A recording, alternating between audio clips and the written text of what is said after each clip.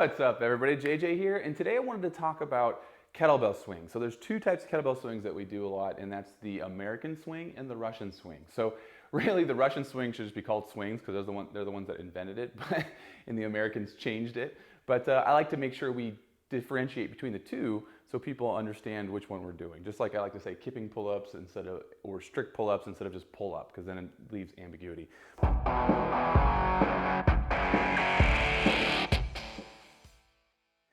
So one of the things I want to point out is that they're very similar movements, but they're still different, right? And so sometimes we may see kettlebell swings once or twice or three times even in a week, but I'll change up the load and the reps, and then also we'll go between Russian and American.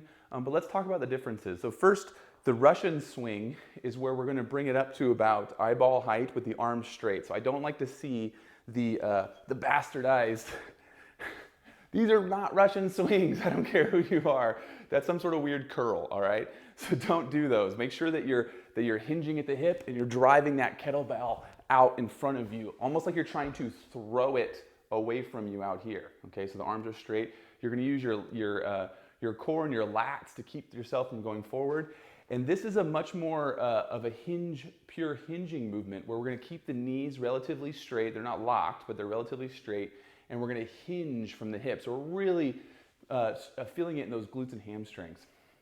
So that is more related to something like a deadlift and things like that. So the American version, where we're going overhead, tends to look a little bit more like a clean or a snatch, right? So there's the hinge and then there's the upper body pull, which is kind of a hinge and kind of not, because now what we're going to do is we're going to bend our knees a little bit more and have a more upright torso.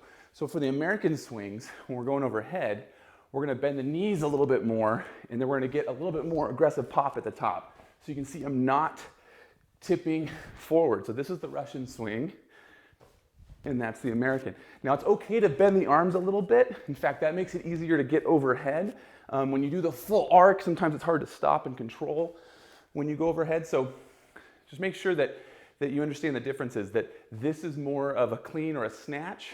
The other one is a little bit more like a deadlift. The other differences are the American version, especially if you do the bent arm version, or like I like to say the two-handed snatch version, that one tends to be more a lot more arm pulling, right?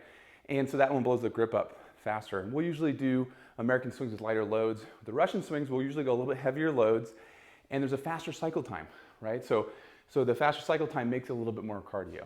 And you know, for those who think that we can't do kettlebell swings, you know, twice in a week or maybe even back to back if they're two different types of kettlebell swings, I just want to remind you that they're programmed differently.